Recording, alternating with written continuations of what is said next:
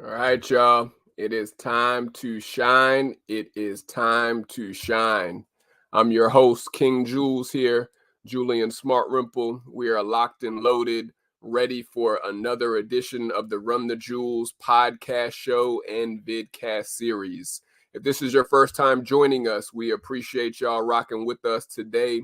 We have a very special episode in store, but if you are listening to us for the first time, the RTJ Lifestyle Show was created to spread inspiration to young professionals and millennial entrepreneurs who want to learn wisdom on how to shine brighter in their careers or their businesses.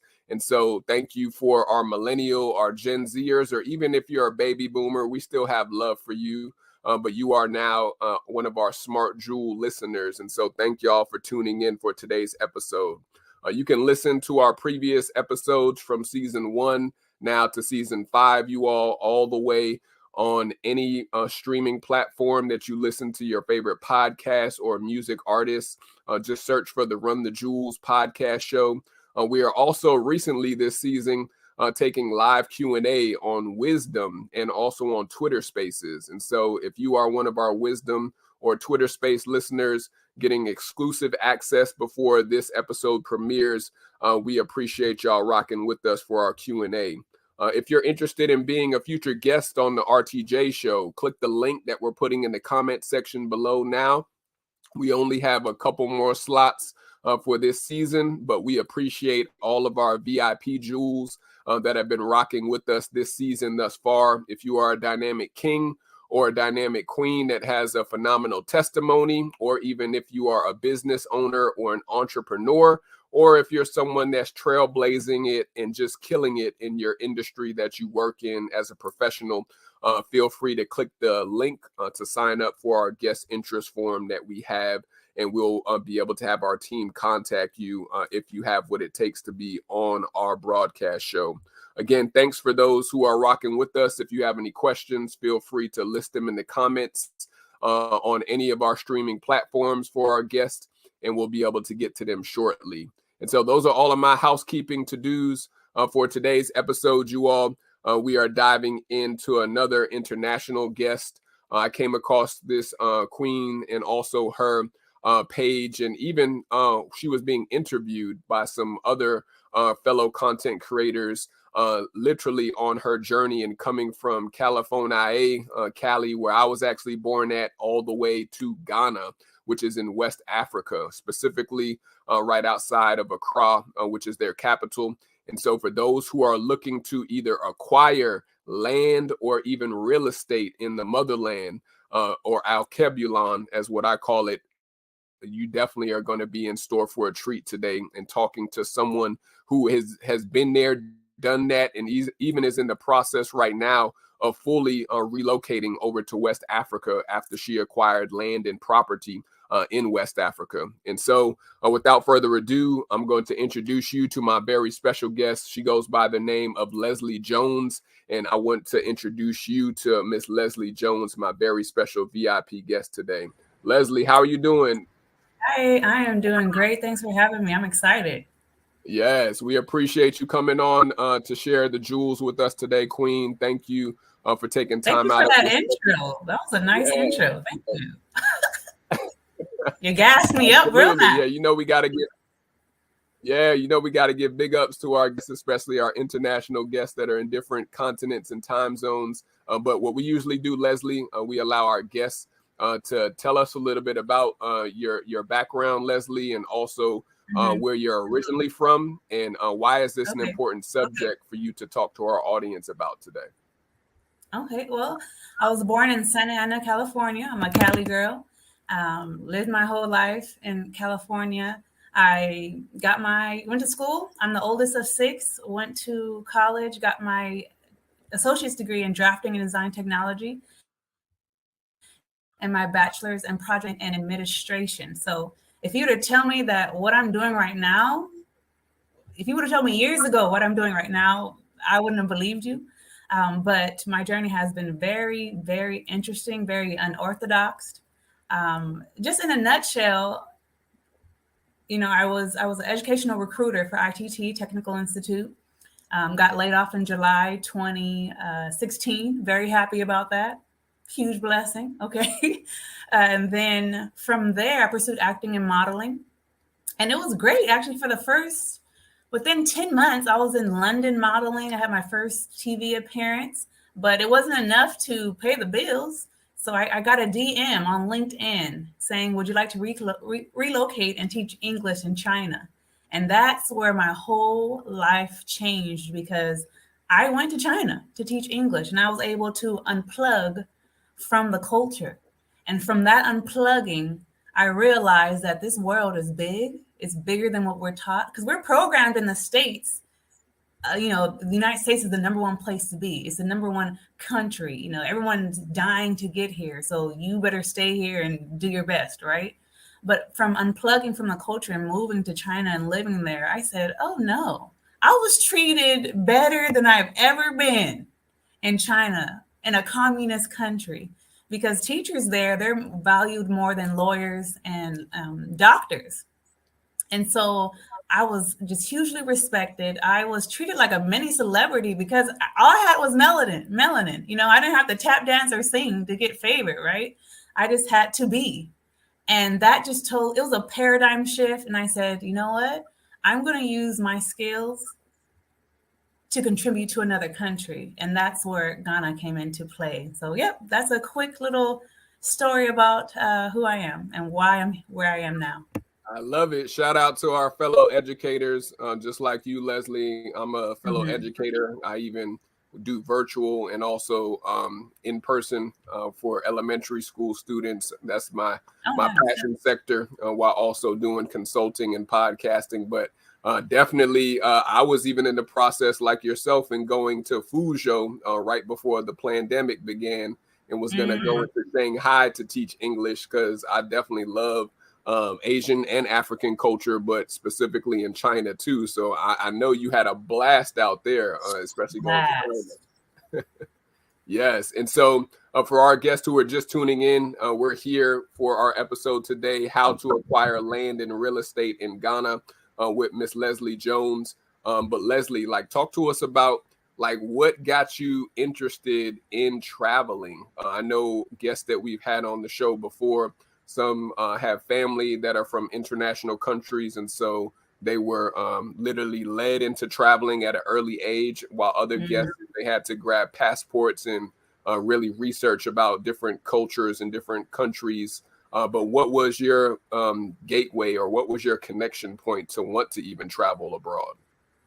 That moving to China, that was it. When I got that DM about teaching, and then the contract was so good, I couldn't turn it away because they pay for everything. I got a free meal a day. I didn't have to worry about insurances. I canceled basically all my bills here because I didn't need them. And I was able to send $2,000 a month home. So I said, if I do this for a year, I'll get rid of my debt and come back with some cushion so I can pursue acting and modeling without the financial burden. And sadly, right, it only lasted 6 months. And I had to resign my contract because I was there. I moved there August 2019. Guess what happened months later? I think he said the pandemic started. And I would have stayed. But, when they said, oh, we're not going to pay you guys until we open up again, I said, when is that? They said, we don't know. And I said, what I do know is I'm going home. So that cut it from a year to 6 months. But that really triggered international business for me. I traveled ever since I was the first time I went to Europe, because I took a French class in high school. And every year the teacher was actually from France, and she would take a group of kids. So that was my first international traveling experience when I was 17. I went to France, Switzerland, and Italy. And so that was cool, but it didn't impact me mentally like going to China did. Because I went to China at 29. So from there, not only did, being unplugged from the culture, but I also watched a video from Akon. And Akon said, imagine if you were able to build New York before it was New York. That's what Ghana is. And I said, what? Excuse me? And I did my research. I asked, because I'm the first one to return to Africa in over 400 years, ever since the enslavement trade. So I had no connections. I had nothing. I did a short film for a writer-director, Adibo Johnson. He's Nigerian. And I reached out to him because he's the only one I knew on the continent. And he referred me to his now wife, Zusi. And his wife, Zusi, is a marketing research specialist. And she said, basically what I saw in that video, Ghana is perfectly positioned as the next emerging, especially in real estate in West Africa. So once I heard that, I bought my ticket and I was in Ghana November 2020. And that's when the journey started officially on the land. I love it. I love it. Shout out to all the Ghanaians and even all of the West Africans. I forgot to say too, Leslie, I got the privilege to travel my first time to the motherland and going to Liberia. But I for sure wanted to start over in the West and make my way over to the East, where everyone is, of course, in a craze and frenzy about going to see the pyramids. I was like, I got to start from the West, from Ghana to Liberia to Sierra Leone to Nigeria, Togo, Benin. That whole area is very rich with history, especially for those of us who are either Caribbean or either African Americans. And so shout out to you for especially having an open mind from your 20s and early on in life to make sure that you are able to go to the motherland. Because a lot of us that look like myself and you, they don't have the privilege to say that they went, especially in their 20s or 30s, to the motherland. Right. And so for our guests that are listening, if you are on the Wisdom app, feel free to come on to the stage and ask any questions. We're here with my very special guest, Miss Leslie Jones, who is going to be talking to us about how she was able to acquire land and property, aka real estate, in Ghana, West Africa. And so if you have any questions, feel free to ask. Go ahead, Leslie. And another thing, I found out about AfricanAncestry.com. Because when I first started the journey, I didn't know as much as I do now. Something, maybe I have to become a citizen of Ghana. Let me see what my actual DNA says, because maybe I can become naturalized. So I took the test through AfricanAncestry.com. I found out I'm 100% Sierra Leonean from the Mende tribe. So even though I can't get naturalized through Ghana, which I learned I don't have to be a citizen to buy land there, but I can be naturalized through Sierra Leone. And through that, you get an ECOWAS passport.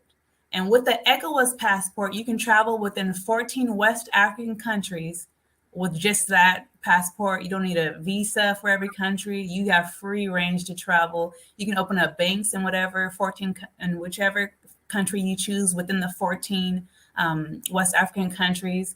And that's a huge deal, because a lot of us don't even know where we descend from.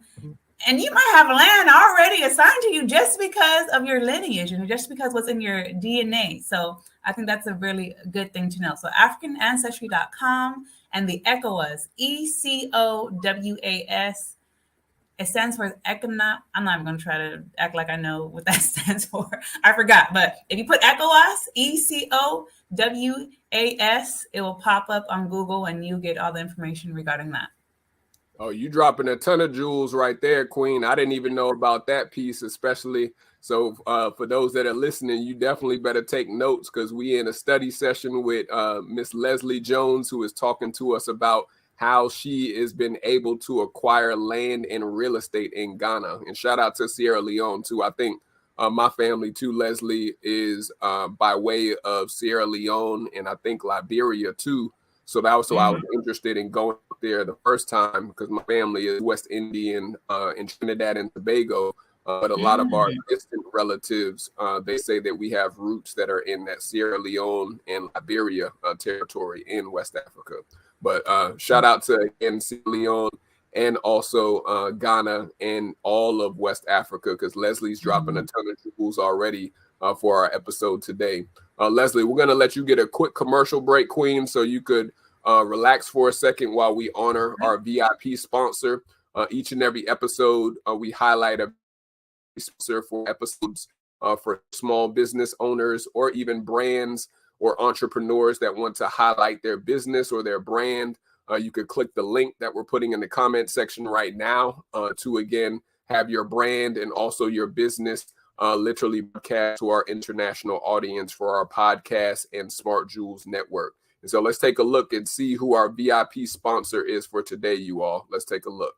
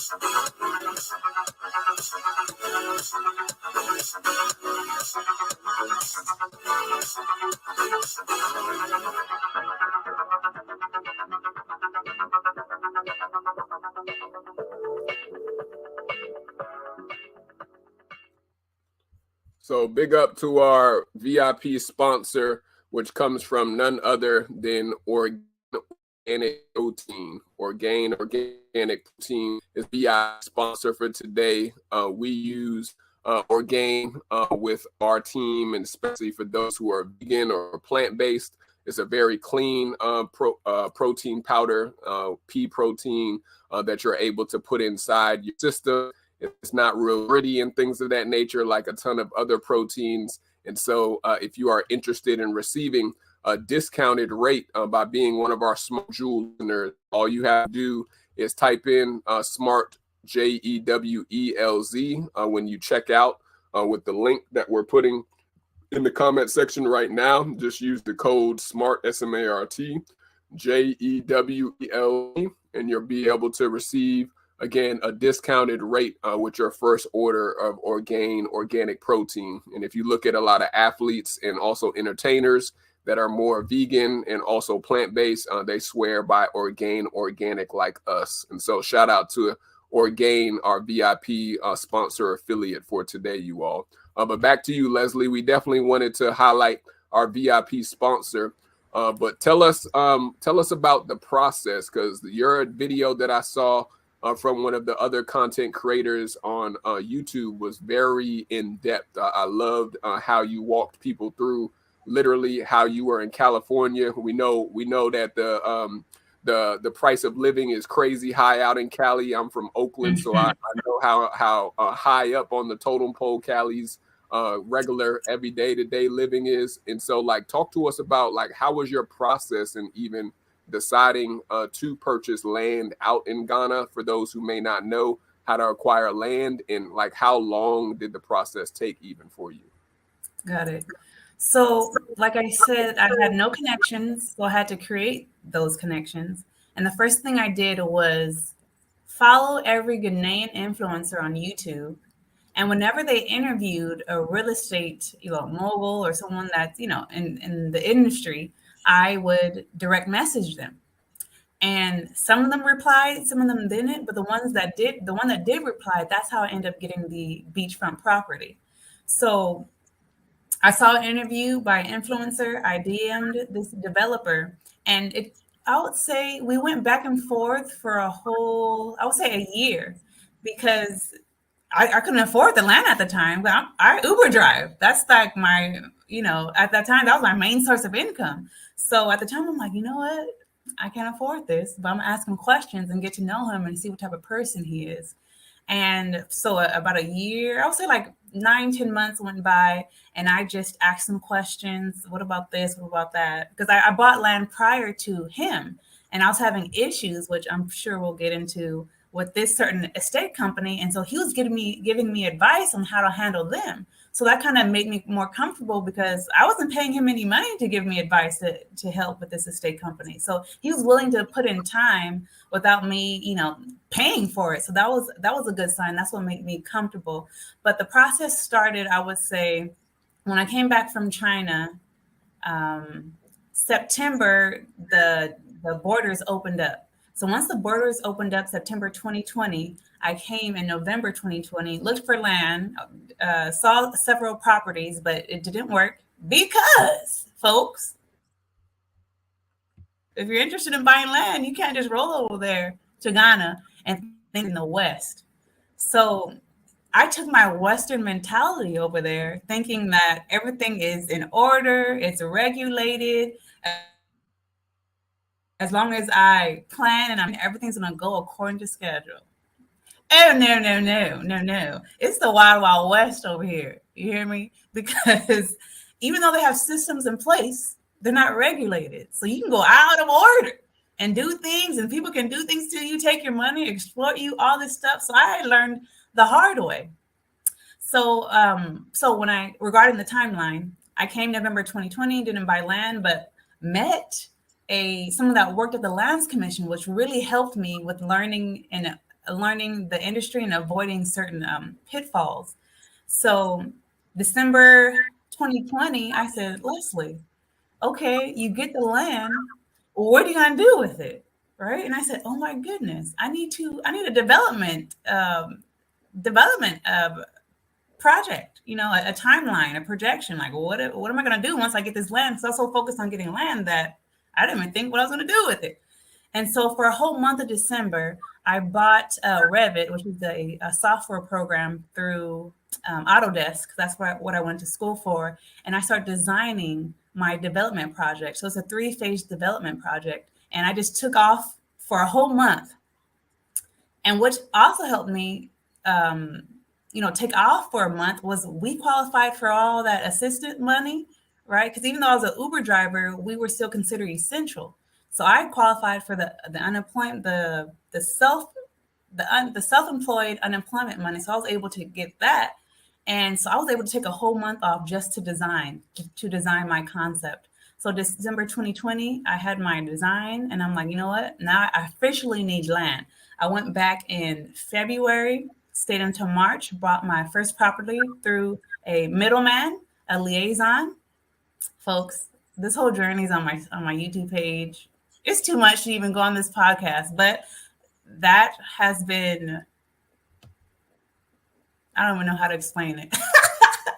It's been too much, okay? Too much, but that's part of learning the culture. So when I went for the second time, I learned like, oh, okay, it's not like the West. And me, I was emotionally excited thinking I'm going back to Africa where we own everything. We're on the money. We got blackface on the money. We running stuff. But eventually I learned that we're not running it. We're just the face of it. I call it blackface. When you see all the managers, all the leaders, they're black, but the people behind are either European, Lebanese, Chinese. I mean, so that was devastating. I was culture shocked because that's when I knew, okay, this is way different than what I thought. And I need to learn the culture of the people.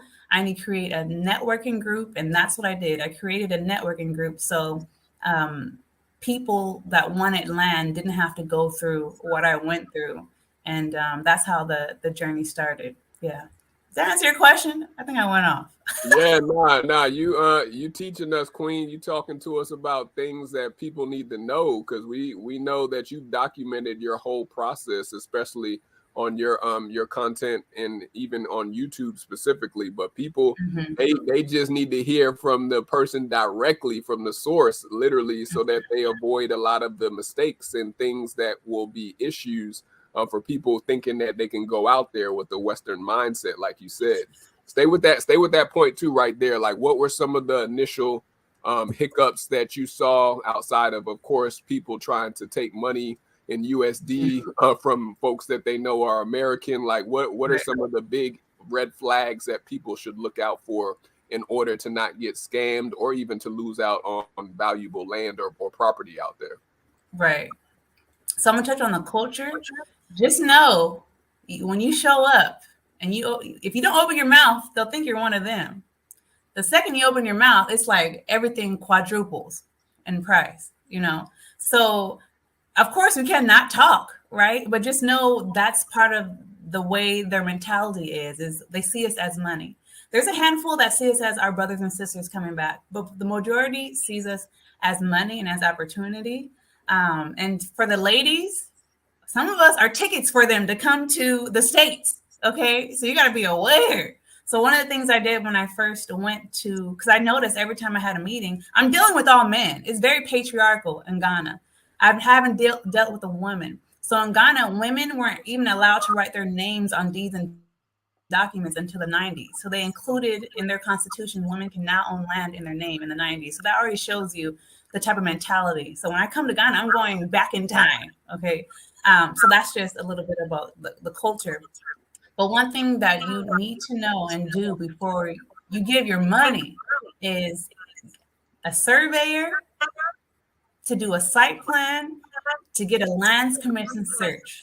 This is crucial because someone's selling you land, and if their name does not pop up on the lands commission search, they don't have the authority to sell you land. So that means they're getting ready to take your money.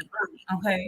So if you do a survey, get coordinates, get a site plan, do a lands commission search, that's equivalent to like a title, like the process of real estate in the States is the title, and you'll see everyone that owned the land since they started, recording. And if that person's name does not pop up on the lands commission search, don't give them your money at all. So that is step number one. It doesn't matter how gorgeous the land is. It doesn't matter who says what. Because in Ghana, a lot of the land is sold by chiefs. So it's still tribal. The government only owns about 13% of Ghana. Everything else is either owned by chiefs or families or clans, or there's another one.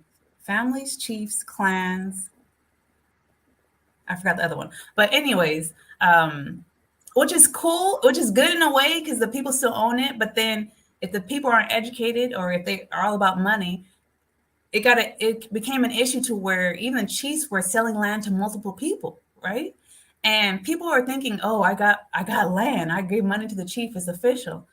Not knowing that someone else's name is in the lands commission's database and they don't have authority. So that's the number one thing to do before you give your money is hire a surveyor to do a site plan and get a lands commission search. So you'll see who actually has the authority to sell you the land. Yeah, that's real.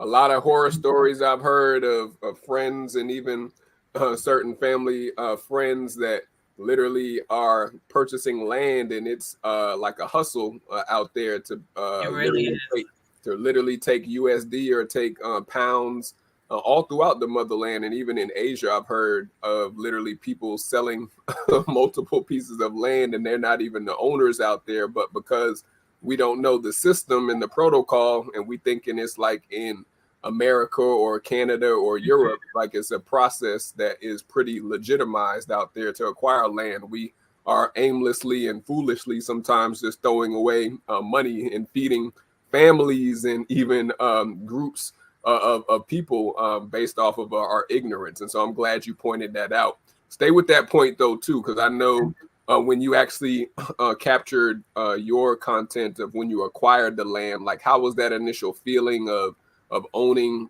property in a foreign land, in a foreign territory? And like, how do you think it's important for others to know why they should own land, whether it's in the US, whether it's abroad? Like, why should people, you think, go into owning land before they even get to the real estate side? You just this is the golden question, sir. Because in Ghana, as a foreigner, you never own it. This is what I had to learn. Because most land in Ghana is leasehold. I've heard there's freehold land. I haven't met anyone that owns freehold land. I haven't met any families. But if you're a foreigner, I have a video on this too, and I break it down. We only get 50-year lease Okay, legally, 50 years lease. And what I have with the beachfront property is a 25-year renewal. So I'm covered for 75 years and I can pass it down to my family. But technically, I do not own the land. I am a leaseor. So the developer bought, he's Ghanaian. Ghanaians get 99-year leasehold contracts. The developer bought the land from the chief, right? So he is a leaseor to the chief, and I am a subleaseor to the developer. That makes sense. So some people are like, oh, if we never own the land, then I don't want that. What kind of deal is that? You can look at it that way, or the way I'm looking at it is I have 16,000 square feet paid off of business land because I'm going to Airbnb my beachfront boutique resort. So in my mind, I'm like, I just got a 75-year lease. And of course, I can, they can just continue to renew and you pay a percentage, but that's so far along the line, they can't even tell you what the renewal rate is, which, that leaves questions. By the end of the day, I'm going to capitalize on these 75 years. And then what helped me decide to accept leasehold land is in the States, what happens to your property? Your mortgage can be paid off. What happens to your property if you don't pay those property taxes? Right. Who owns what? Really? Who owns what really in this world? Right? So, sorry, I yell when I get passionate. So that's what helped me accept the leasehold concept in Ghana, because who owns what really? If we want to be deep, it's all God's land and we're stewards over it. And that's actually the philosophy of Ghana, that God is God's land. God's given the chiefs ownership over it to oversee it. And then the chiefs decide who gets to buy it, who gets to purchase, and so on and so forth. But eventually they're already trying to change that system because all of the fraudulent, all the litigation that's going on in Ghana regarding land. So, but yeah, if it wasn't for me meeting that individual from the Lands Commission the Lands Commission office, I wouldn't have known about this situation. There's times where I went to look at land and I really like this land. Like my first goal was Timma 25. It's a city in the greater Accra, and it's one of the up and coming cities. And that's where I wanted to purchase land. And I said, I like this land. I like to bring my surveyor out here to survey it. And I want to do a Lands Commission search. They're like, oh, madam, we don't allow surveyors. Red flag. That's when I knew. Get out, Leslie. Because if they don't allow you to survey that land to confirm who has ownership to sell it to you, that means they're there to get your money, and then they're gonna sell it to someone else. So, it's a jungle in these streets, y'all. Yeah, I heard about the stories, like you said, and I'm so glad you pointed out too, when it comes to who's actually running the show, because we talk about that a lot when we travel to the Caribbean and even abroad. That there's so much Chinese and Lebanese influence, and literally they are running the show in Mother Africa and in the Caribbean. And so that's why it's so important, like Leslie is sharing with us today, to know who is actually running the front of the house and who is actually running the house, who is literally over the house, who actually owns the house, versus who's just the front man or the front woman that is in the front. And so like that's a critical jewel right there that you're dropping, Leslie, on us to know like who is actually in charge, who actually has the final say. And so like stay with that point too when it comes to after you've acquired the land. Now, I know you documented how you are putting together your property for your hotel that is on the beach. Like what type of property do you think that a typical American or someone that may be from Canada should start with when they are putting their money aside to invest in real estate after they've acquired the land, the deed, and things of that nature? Like, are you pro like tiny homes? Are you pro like having massive forms of real estate on your land? Like, what is your take on that? So I believe it's what is your vision? Because if your vision is, I just want to retire and sip on a pina colada as I look at the water or look at the trees, coconut trees, what is your vision? Because if that's the case, you getting land, you can develop whatever you want on it, right? Depending on your contract, because the indenture, what you get, the lease is like your lease contract that stipulates what you can do. So, for example, on my beachfront property, I can't build over 2 levels, and it has to be residential. And if it's for business, I have to get approval to use it as an Airbnb, which I already did. So I'm for the environment. My goal is to have what's it called? I just lost rammed earth. There we go. Rammed earth. I wanted to build a rammed earth wall when I went to Ghana the 4th time. But folks, these people in these streets, they be lying, right? And so I had a bad experience with that. So 75% of my wall is concrete, but I left the front open because I will have a rammed earth wall. And I'm all about sustainability and recycling and sustainable living. So that's me. That's my vision, because I'm thinking in the future. I'm thinking we're messing up the environment. It's just a matter. I mean, it's already going downhill. So I want to not contribute to that. Because in Ghana, traditionally, they use cement. Cement is horrible for the environment. But at the end of the day, it's what you want. So if you want a cement house, you do that because it's your vision. It's how you want to live. It's your hard-earned money.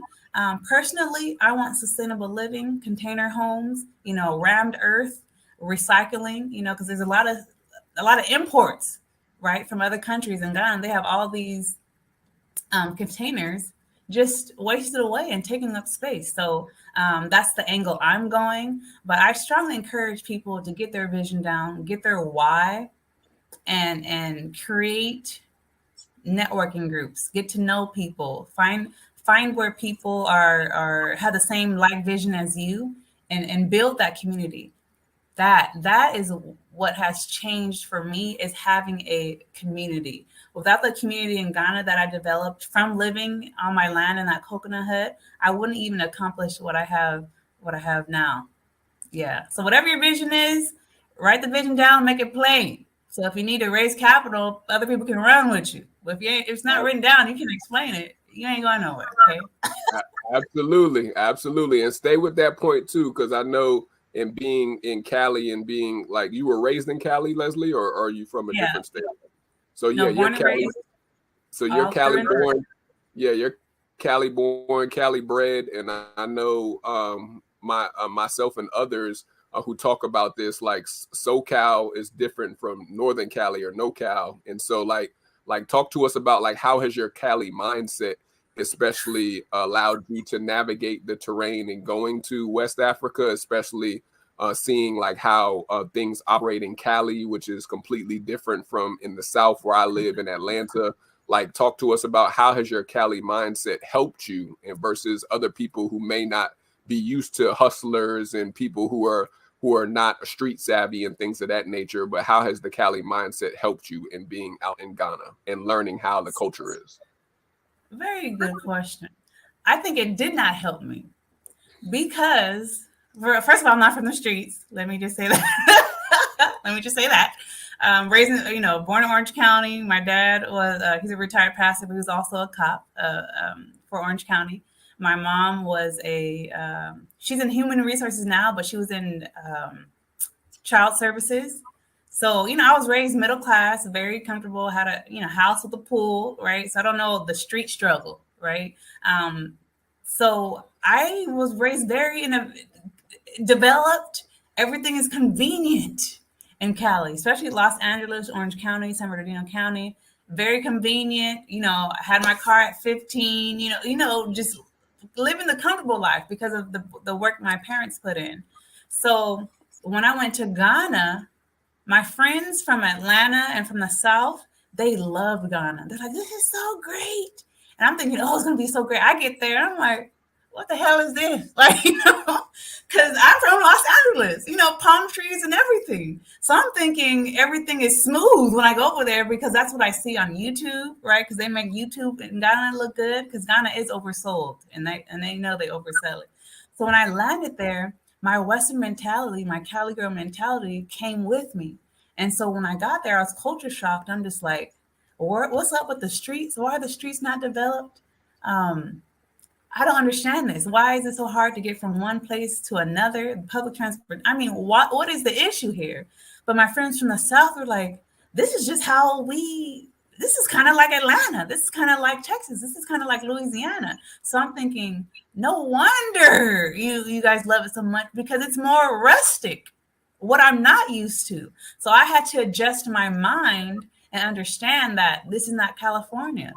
This is, some people consider it a third world country. I call it a developing country recovering from colonization. That wasn't in my mind when I left California, when I left Los Angeles to go to Ghana. I'm thinking that Ghana is like Los Angeles. So when I landed there, the first time I said, I'm never coming back here. My little bougie self, I'm like, there's no streets, there's not my hand. I was like, I'm not coming back. And then, the mentality of the men I've, encountered. Okay.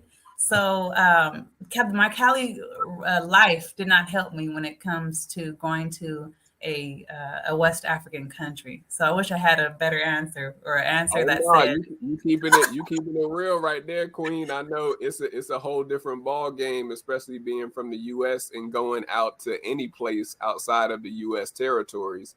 And so you're keeping it real. Like it's a real shell shock. It's a real cultural awareness class and lesson that many of us, myself included, had to learn the first time I stepped foot in Asia and Africa. It's like night and day based off of if your family or even if your friends are really like ingrained in that culture where you're going to visit.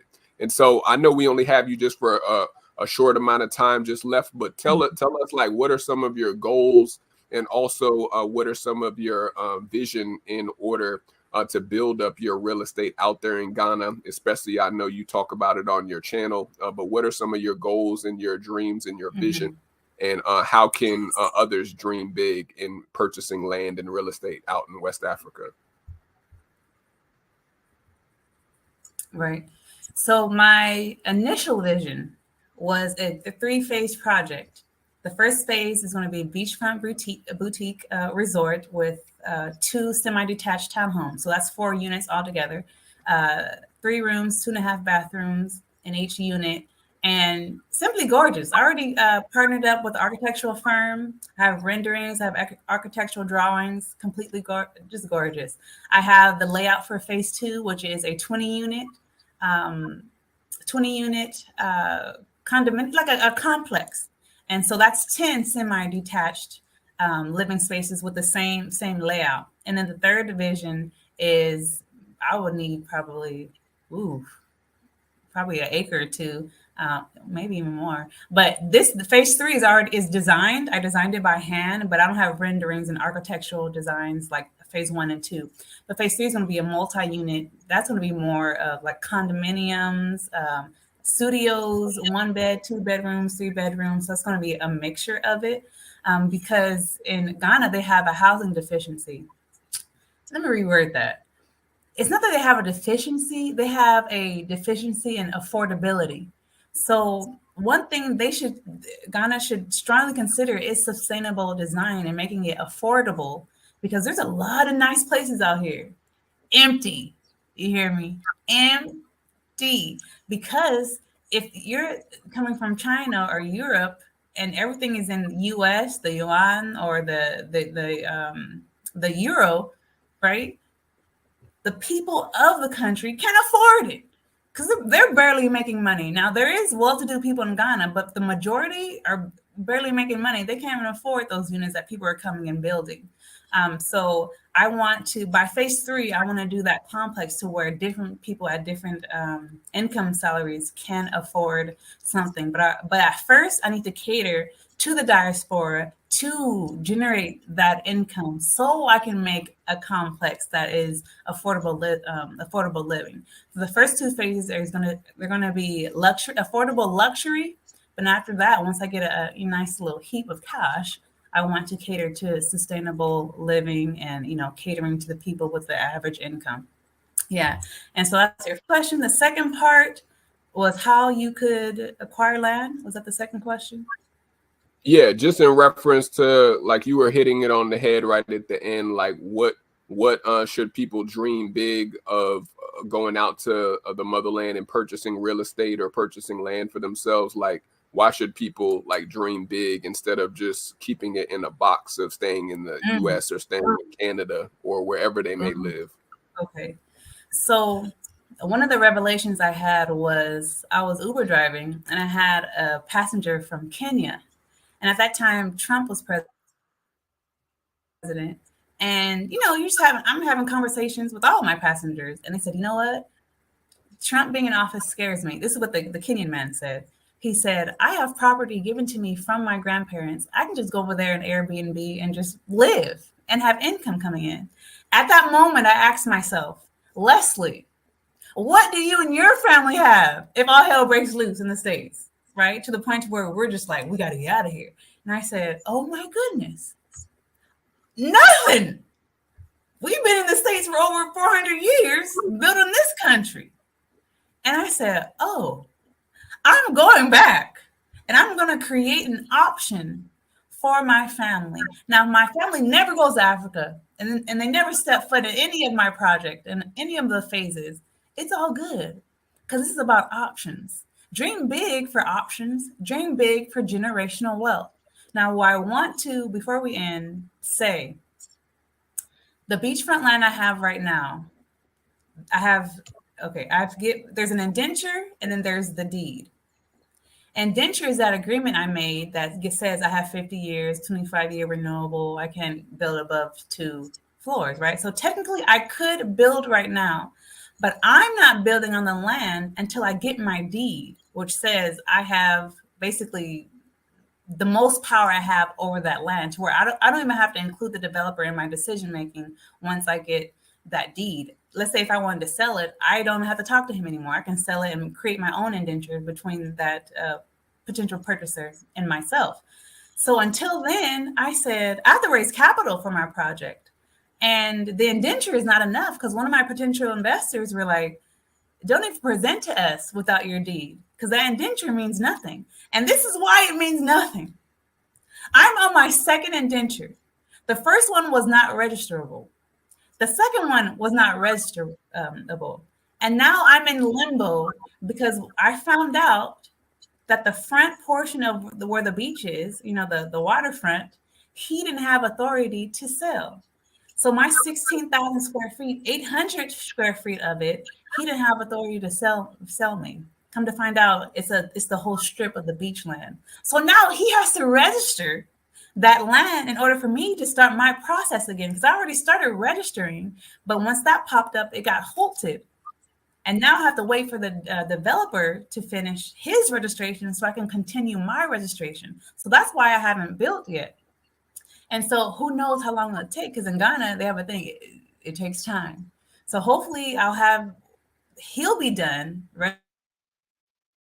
registering, hopefully in 6 months to a year, so I can continue my registration. So I said all that to say, it is not black and white in Ghana. I want to say it's a risk to invest in Ghana, because it would be a disservice if I sat here and said, yeah, go invest, go buy land, go build, whatever. I'm going to be honest with you. It's not even a risk, because a risk you can calculate. It's a gamble. Because I did everything that I was supposed to do and things were still popping up towards the end. So I'm like, is anything clear? Right?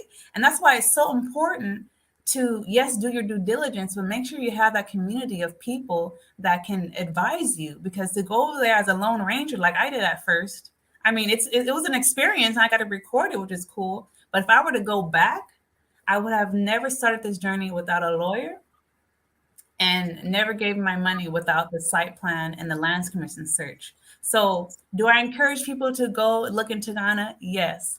But do not give your money without doing your due diligence. Get a lawyer from the beginning and do your site plan and do a lands commission search before you do anything. Because people that have made it out, because I haven't made it out yet, right? I have technically I can build, but I don't feel comfortable building, right? And there's people that build without deeds. They have their indentures and they're fine. That's just not what I'm going for. So if you want to go to Ghana, there's opportunity if you make it through. It is a gamble. Now, there's a high chance for me to make it through. So that's why I'm still going through with this journey. I would say 5%, it can all just go to hell, right? But I'm 95% sure I'm fine. I just have to wait now. It's a delay, not a denial. But there's a lot of other people that have not had that same experience. Yes, sow your seed into good soil, you hear? And it starts with getting a real estate lawyer, that lands commission search, and that survey before buying it. Because on the other side, folks, there's a lot of money to be made, and there's a lot of generational wealth, but it's just getting through. There's people I know that went through hell, but now are millionaires within 2 years. 2 years, okay? Huge. And even though the land right now, that beachfront property that I have, can you imagine what's going to be in 15, 20 years? It's going to be ridiculous, but I have to get through the process first. I was told to get my deed, it'll be 3 months. I'm going on year 3, just to give you an idea of what I'm going through.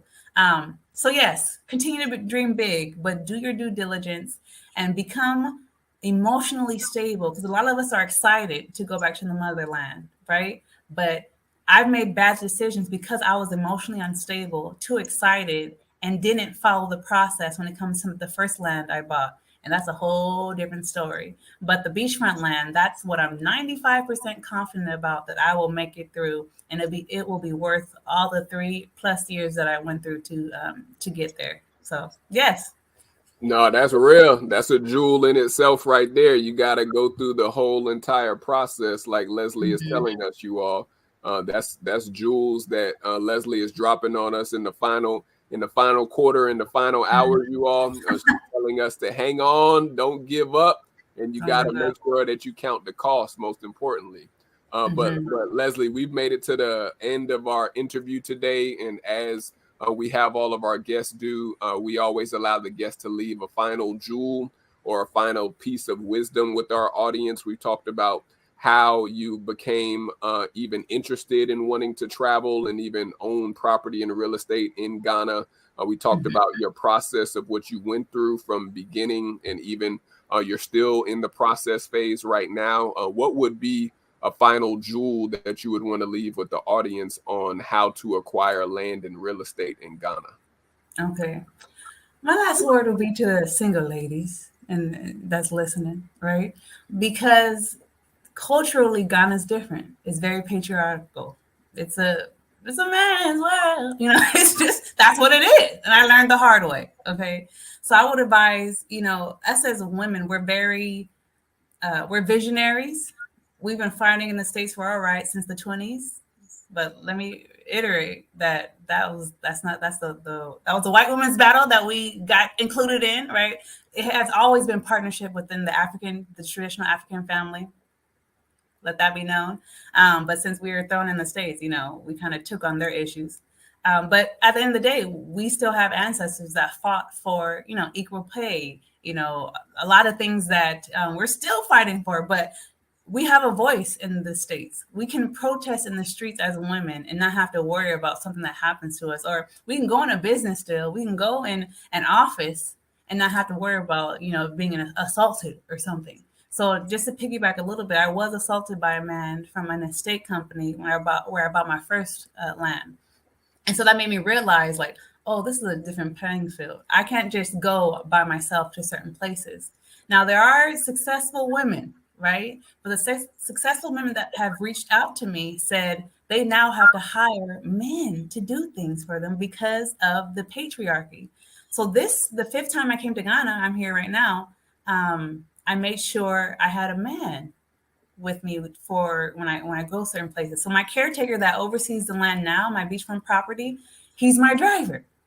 When I go somewhere, like if I'm in the States and I need paperwork picked up, my lawyer and my caretaker go and do it for me now instead of me. Like I'm no longer the face that I was at the beginning because this face was grabbed, literally was grabbed. And I said, this will never happen to me again. Now, I don't want to fear people, right? It just happened to me. It happened. And, doesn't mean it's going to happen to everyone.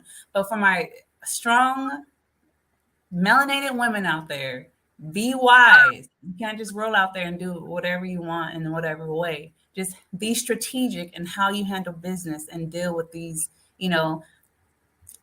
mentally underdeveloped, under emotionally developed men. Not all of them, but there are out there. So that would be my last word.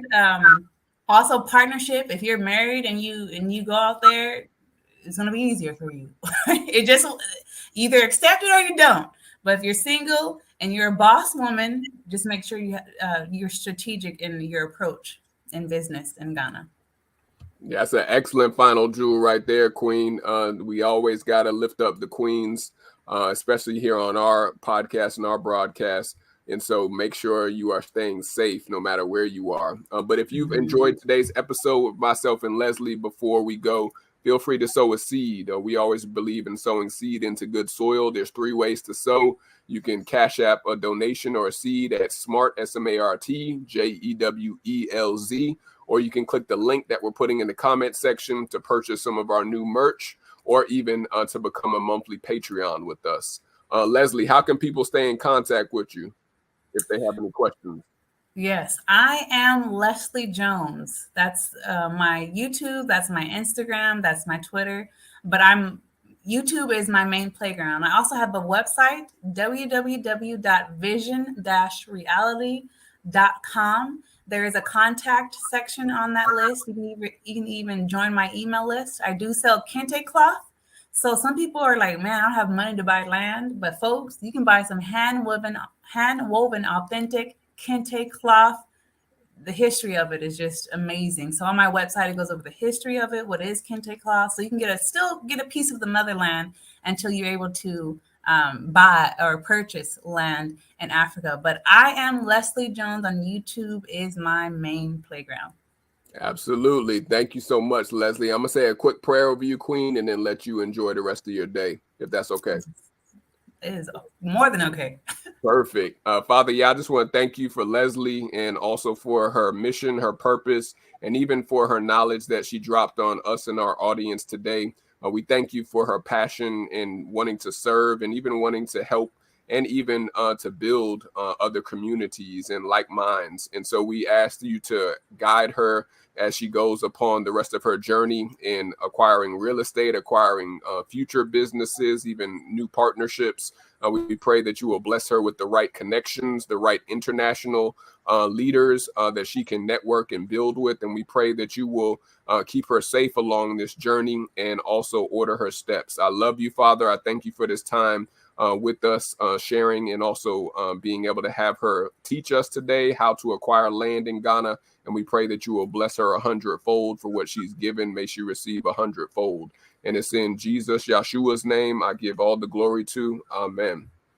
Amen. We appreciate you, Leslie. I know we'll be in touch, Queen, and you enjoy the rest of your day. All right. You too. Thank you so much. All right. Peace.